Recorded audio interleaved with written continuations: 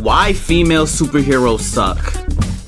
Now look, if you didn't already, I made a whole video ranting about Marvel Phase 5, and honestly, Marvel has been a shit show. Now look, before we watch this video, I just really want to put on the table that there are plenty of good examples of female superheroes that I like. Plenty of examples. Scarlet Witch is one of them. She-Hulk is not. Black Widow is one of them. Captain Marvel is not. But Captain Marvel, she could be cool, but it's like I just don't like her. She could be cool. You know what I'm saying? It has nothing to do with, like, you know, the feminist stuff, the woke ideologies and things like that, because that's what really kills female superheroes today. I like Wonder Woman too. You can make a badass woman and not mention anything about feminist woke stuff. You know what I'm saying? Obviously, you can't glance over the fact that she's a girl and she's a female and things like that, and you know what females go through. You can definitely put that on the table.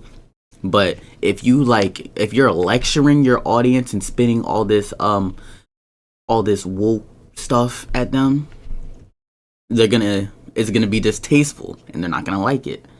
And it definitely takes away from a comic book movie. You know what I'm saying? Look, if you want to make an empowering documentary or dramatization, do that. But if you trying to trickle it into the comic book world, no nerd is gonna be like, oh yes, I stand with. I mean, of course, there's exceptions, like, you know, people at New Rockstar. But yeah, other than that, yeah, let's just get it right into it, man. So the other night I was watching She-Hulk, probably the worst piece of media Marvel has ever released, besides like Thor 2 and the Eternals, and Black Widow was pretty bad too. And after putting myself through 2.5 episodes, I started wondering, what makes She-Hulk and Captain Marvel so different from good female heroes like Sarah Connor and the Powerpuff Girls? And after hours and hours of watching terrible Disney Plus shows, I figured it out, and it can be broken down into 4 things. And in this video, we'll go over why female superheroes suck. Number 1, perfection. Every single female superhero is perfect. And not in the same literally, yo, it's crazy. Hold on. First off, this scene is insane. Number 1, perfection.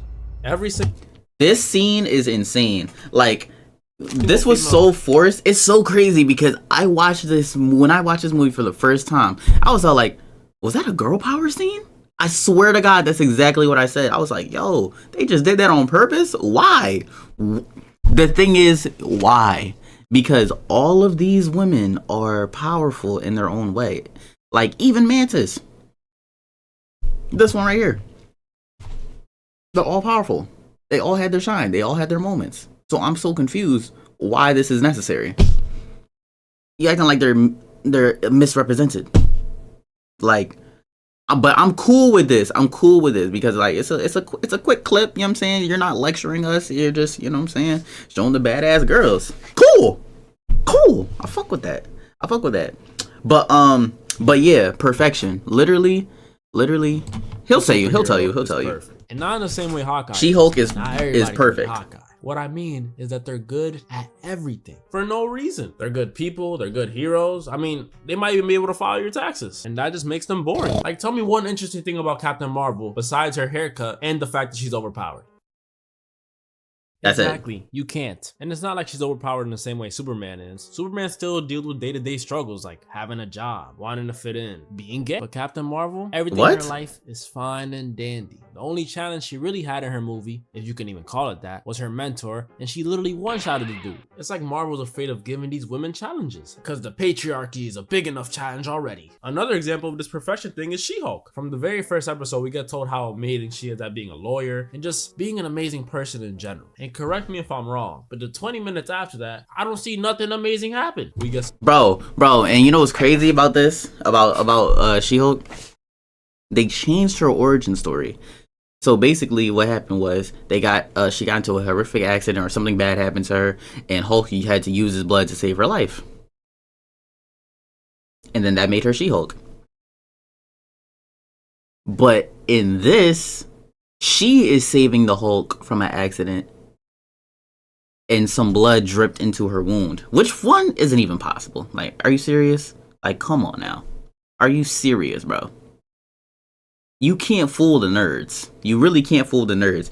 And it's very apparent and it's very clear that you just wanted to make her the hero of her own story before she's even a hero.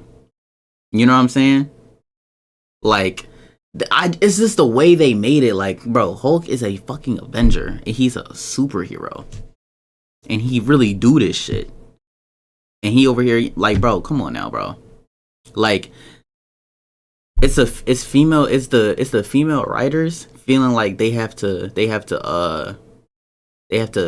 like put men down to raise women up. No, you don't got to do that. You could just raise a woman up, but make it make sense. Like, you could still, and like I said in the last video, staying true to the source material is extremely important. Like, it's extremely important. Like, that origin story was fucking garbage. It made no sense. Some corny jokes. We get her anime training arc, then refusing to be a hero, and then she pretty much little bros the Hulk. You lost the love of your life, your best friend, were enslaved for 2 years, and try to kill yourself? Damn, you're a bigger than I thought. Tighten up, bro. I get catcalled every single day. This is perfect. And let's say in a hypothetical world she was, what does that do for the character? How is someone supposed to relate to that? Where's the room for growth? And that brings us to the next point, character development. I kid you not, Steve from Blue's Clues had more development than some of these characters. One of them being America Chavez from the latest Doctor Strange movie. She's this superpowered girl who can open portals to other universes. And if you ask me, that's pretty dope. But the problem is she doesn't trust her power, since when she was little, she accidentally sent her parents to another universe. I feel like she was a good hero just because she doesn't know how to control her powers. That's good. That's good. And that's a lot of trauma to unpack. It'll probably take at least a few years to get back to trusting yourself. But Marvel said nah. So instead of going through trial and error and proving to herself that she could actually use her powers for good, all she needed was a little talk no jutsu from our boy Doctor Strange. I mean, of course. Why didn't I think of that? You know, next time I'm trying to bench 225, I'm gonna just tell one of my boys to give me a little pep talk and I'll be good. I'll be good. It's just unrealistic. You think a pep talk would have saved Austin McBroom from getting knocked out? No. But I can't lie, there are characters with character development like Scarlet Witch. She started off as evil, she lost her brother, became a hero, then lost her husband, and then came WandaVision. And look, WandaVision was pretty good until the ending. After mind controlling a whole town of people, she faces no repercussions just cause she freed them after. They'll never know what you sacrificed for them. Like, are you stupid? Do you know how much lost time that was? What if like Bitcoin hit 100K in that time and I just missed out on it? Or even worse, I missed out on the whole Fortnite season. Talking about they'll never know what you sacrificed. You mean them fake ass kids? But you could be out here kidnapping entire families and it's no big deal. You inconsiderate fuck. And that brings us to the third point, accountability. For some reason in Marvel, if you're a girl and your intentions are good, doesn't matter what you do. For example, Carly from Captain Falcon and the Winter Soldier. She's literally a straight up terrorist. Like, she kills people, innocent people.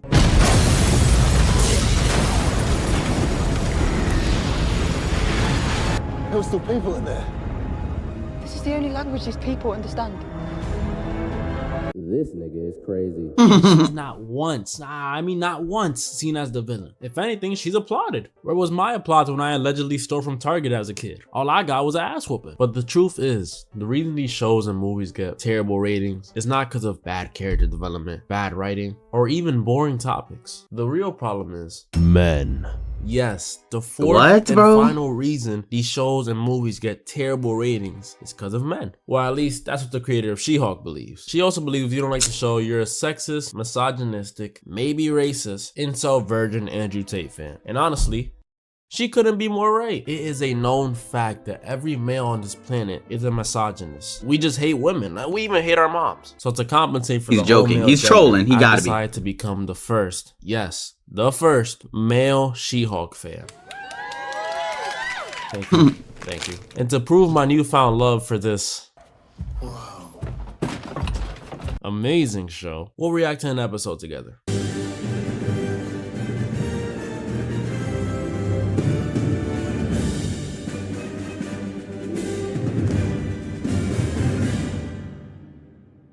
Working. How much you want to bet?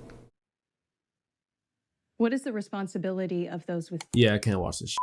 On a serious note, the reason these Marvel female-led shows and movies suck is because Marvel doesn't know how to write female characters. It's not because they're women Because like I said in the beginning, there's people like Sarah Connor, Powerpuff Girls, and Ripley from Aliens who did an excellent job of displaying that women can be heroes too. Just not as good as men. In conclusion, She-Hulk may have terrible CGI, terrible jokes, terrible character development. Where was I going with this? Cause I never miss. Bro, I like that video, but yeah, bro, I ain't gonna cap, bro. The only way, notice how he didn't name the females in Eternals,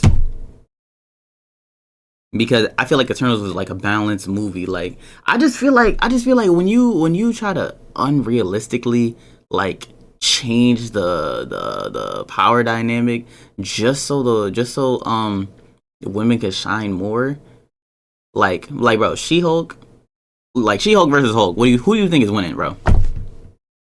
Who do you think understands their powers faster? Even if the Hulk really did learn his powers slower, even if she can control her anger better, like that's cool. But they're lecturing us. That's the problem, that they're lecturing us instead of entertaining.